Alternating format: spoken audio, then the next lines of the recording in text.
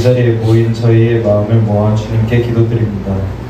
예수 그리스도의 부활을 통해 생명과 희망의 빛이 세상에 비춰졌음을 감사합니다. 우리의 죄를 용서하시고 새로운 생명으로 이끌어주신 주님의 은혜에 감사드립니다. 부활의 소망이 우리의 삶 속에 항상 머물게 하시고 주님의 사랑을 나누는 삶을 살게 하여 주시옵소서.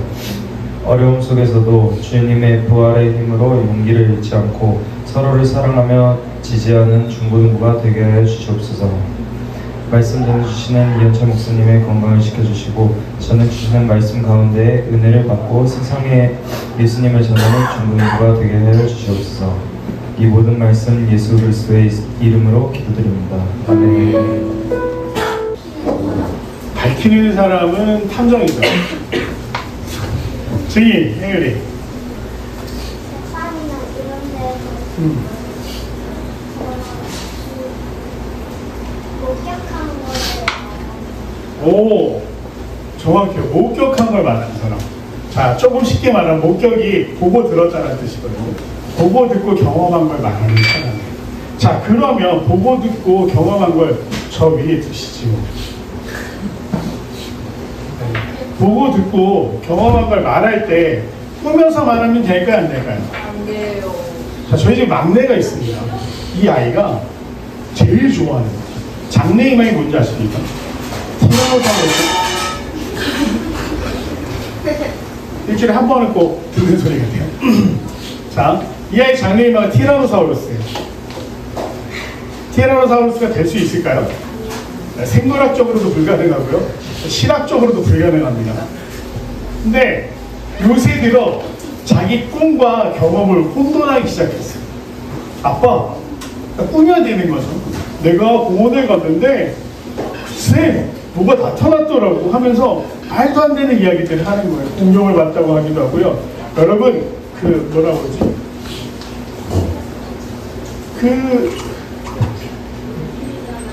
요새 샤갈로돈이라고 그러나요? 이렇게 뭐라고 그러지?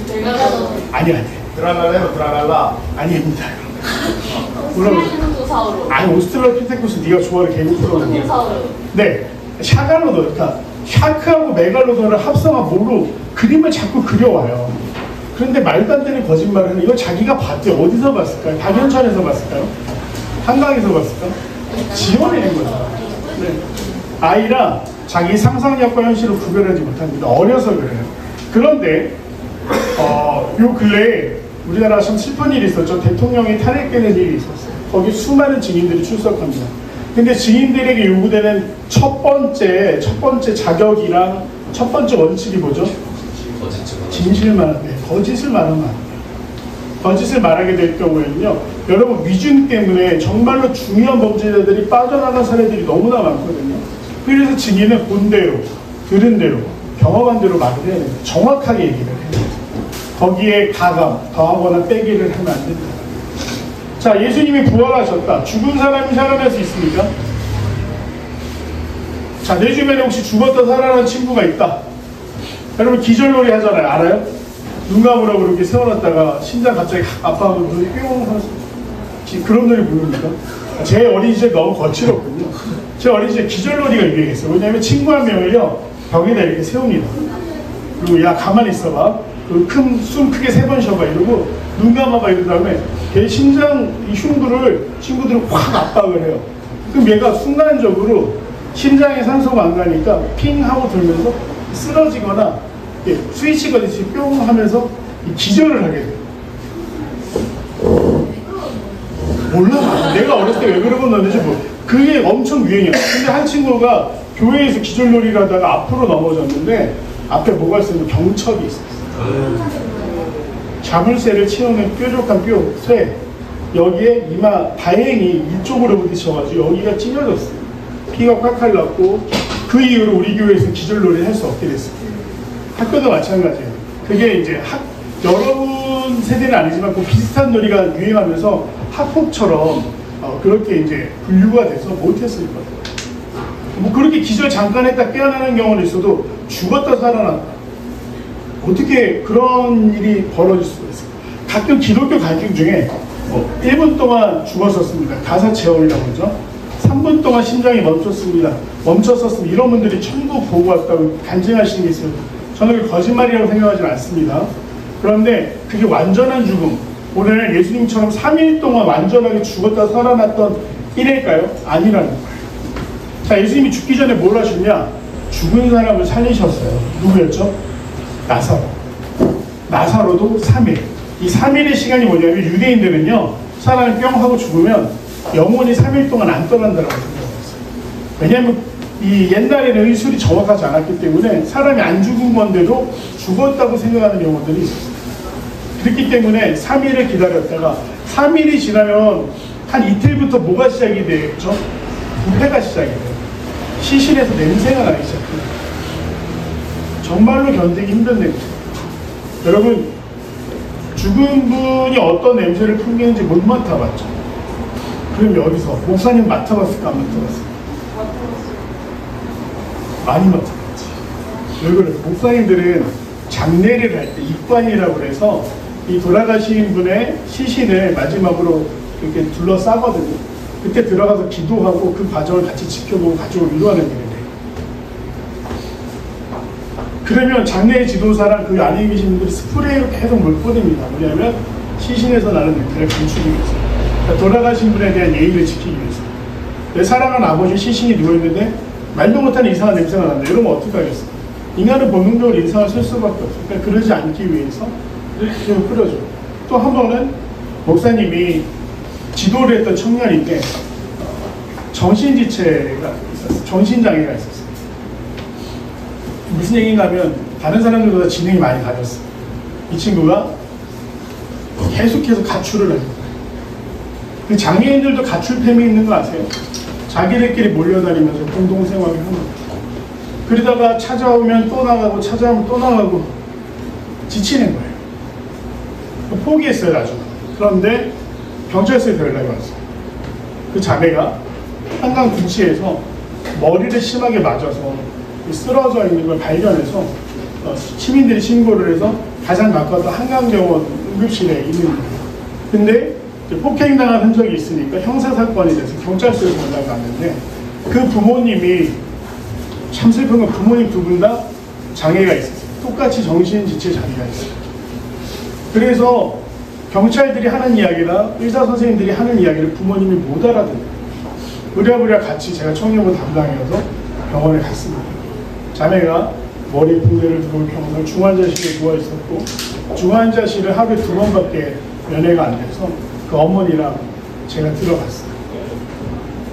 의사가 어떻게 지금 이 자매 상태가 어떤지를 설명을 하는데 어머니가 못 알아들으시고 그냥 자기 딸면서만 자꾸 목사님 기도해 주세요. 목사님 기도하시면 우리 딸 회복될 것 같아요. 막 이런 얘기를 하면서 말도 안 되는 이야기를 하고 있는 거예요. 의사가 답답한 나머지 저를 따로 불렀어요. 나중에 설명을 잘 하셔야 될 텐데요 라면서 굉장히 기계적으로 설명하는 거예요. 뇌에 큰 충격을 받았다. 아마 둔기로 수차례 가격을 당한 흔적이 머리에 있다. 그리고 뇌가 지금 60% 이상이 죽은 상태고 나머지 40%도 일주일 안에 기능이 멈출 거다. 그러니 나 자매에게 남은 시간 일주일밖에 없으니까 가족들에게 잘 설명해 줘. 그 가족이요? 뭐가 문제인지 모르겠습니다. 유전적인 요인인지 후천적인 요인인지 모르겠는데 식구가 아버지, 어머니, 오빠, 여동생이었는데 다 정신지체 장애가 있었어요.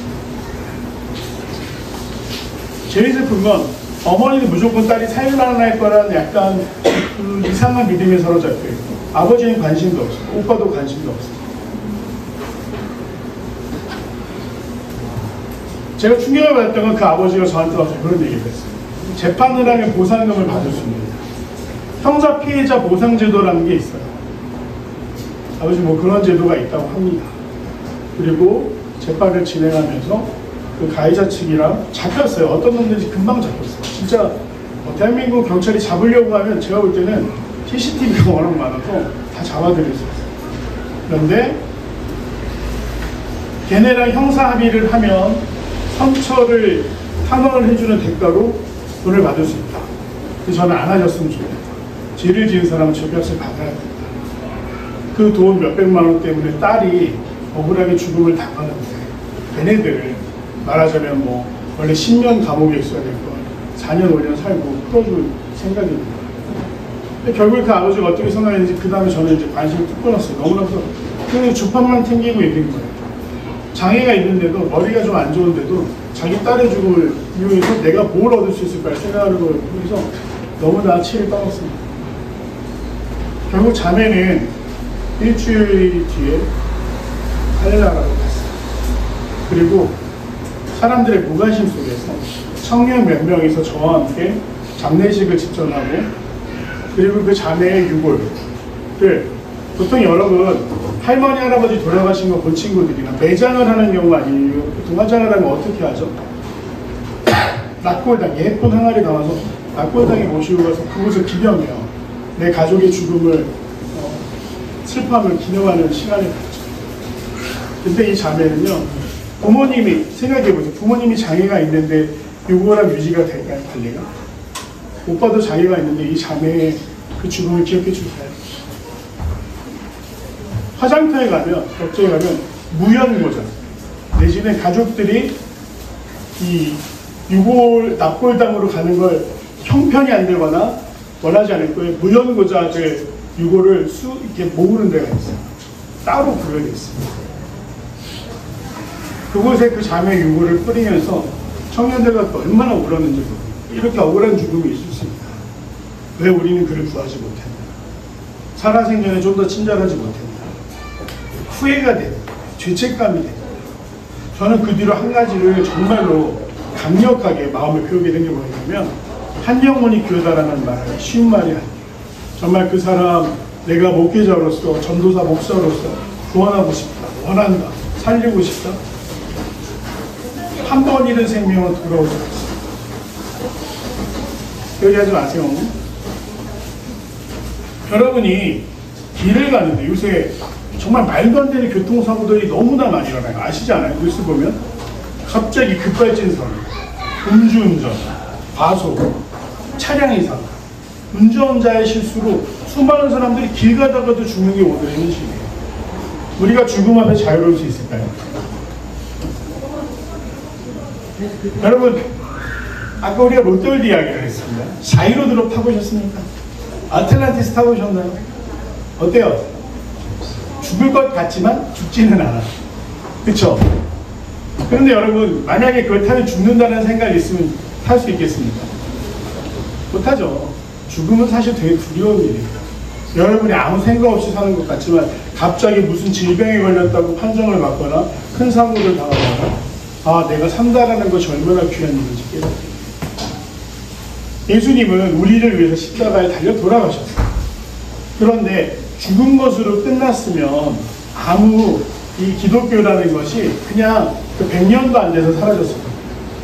그런데 예수님이 부활하시는데 놀라운 건 그 부활에 누가 있었다? 증인이 있었다. 네. 본 사람이 있습니다. 그런데 그거 거짓말일 수도 있잖아요. 그러면 예수님의 제자가 몇 명이에요? 저희 마시는 친구에게는 제가 문화상품권 한 장 드리겠습니다. 지성아 좀 8명? 아니야. 자, 예준이 자신있게 얘기해. 부끄러운 일이 아니야. 12명. 맞아요. 근데 예수님 십자가 달리셨을 때 몇 명이었죠? 서연이 10명. 6명.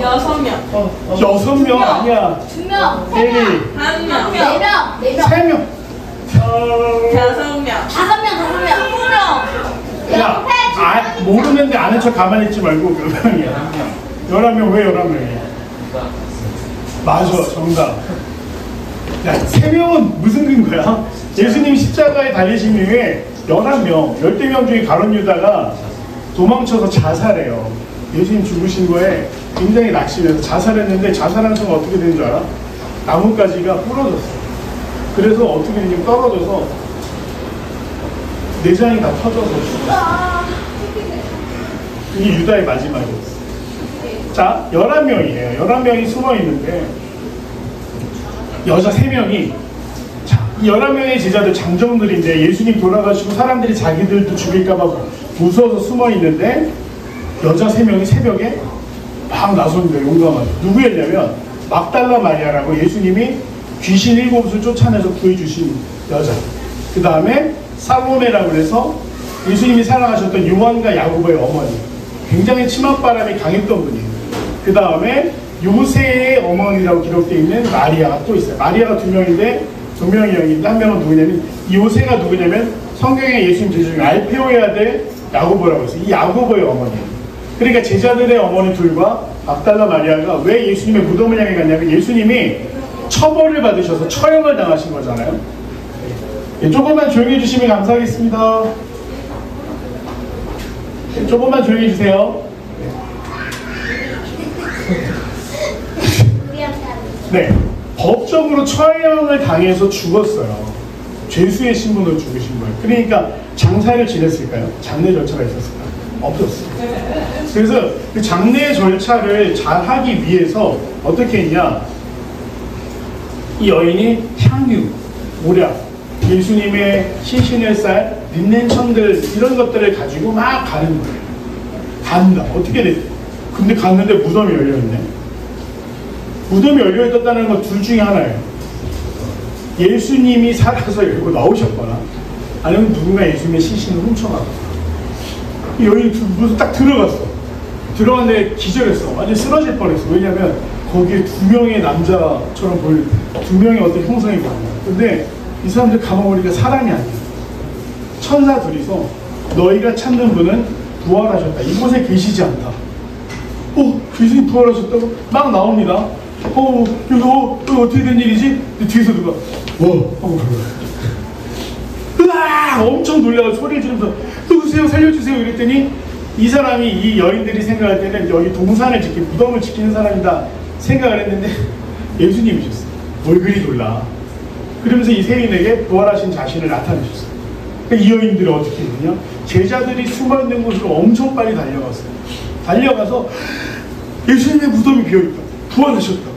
그랬더니 거기서 베드로와 요한만 잽싸게 뛰쳐나갑니다. 나머지는 뭔 소리야, 저 여자들 드디어 예수님 그렇게 돌아가신 거 슬퍼하다니 정신 나갔구나 이러고 있어요. 베드로와 요한이 무덤까지 도착했어. 빈 무덤을 발견해요. 여인들의 말이랑 똑같죠. 그리고 딱 뒤돌아서는데 와! 예수님을 만났어. 내가 살아난다고 했잖아. 지자들이 그 사건이 눈으로 보고도 이해가 안 되는 거야. 이게 귀신을 보고 있나. 그래서 제자들 보러 먼저 가서 기다려라. 근데도 다른 지도 그럼 예수님 진짜 부활하셨나 보다. 베드로나 요한의 말이랑 믿을 수 있어. 이러면서 하다가 예수님 이제 언제 만나지 막 기대했는데 딱 한 명, 디두모라고 하는 도마라는 사람이 못 믿겠다는 거야. 야, 죽은 분이 어떻게 살아나. 니들 다 너무 슬픔에 헛것을 보는 거야. 그 예수님 나타나셨을 때 제자들 찾아오시는데 문이 잠겨있는데 쓱 들어오셔서 제자들이 엄청 놀랐거든요. 그러면서 부활하심을 알리세요. 손에 못자국, 옆구리에 참자국을 다 보여주시고. 근데 하필 그 자리에 누구만 없었다? 도마만 또 없었다. 의심 많은 도마만 없었어요. 굉장히 지극히 도마는 T였을 거야. 그치? 네. 팩트로 얘기해라. 나는 공감이 안 된다. T인 도마가 나중에 나타났을 때 예수님 어떻게 하셨는지 아세요? 자, 지우가 T라고 합시다. T입니까 F입니까? F분의 당연히 T입니까 F입니까? T죠. 아, 이 자식. T발. 이거는 나중에 제가 자를게요. T야.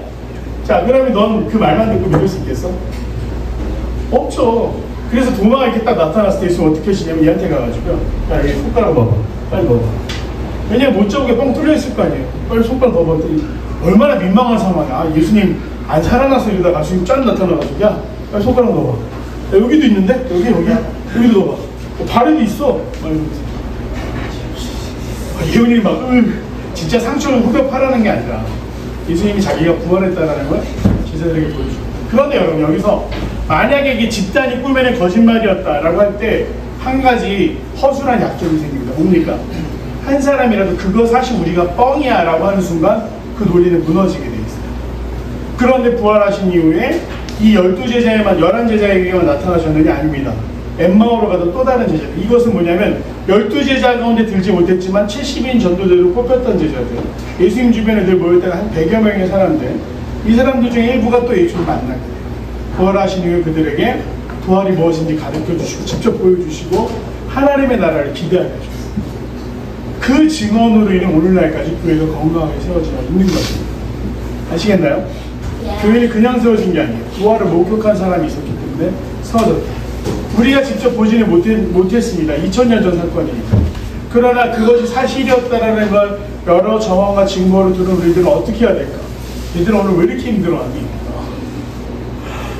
우리 어떻게 해야 돼? 그냥 나만 알고 끝나나요? 전도. 네, 전도해야 되는 첫 번째 1번 나라도 제대로 믿어봅시다. 우리 한번 얘기해볼게요. 나라도 제대로 믿어봅시다. 나라도 제대로 믿어봅시다. 먼저 내가 믿는 게 중요해요. 믿지 못하는 얘기를 누구한테 하겠어요? 그 다음에 전할 수 있는 사람이 됩시다. 해볼까요? 전할 수 있는 사람이 됩시다. 전할 수 있는 사람이 됩시다. 네, 그런 저와 여러분들에게 간절히 소망합니다. 네. 기도하겠습니다.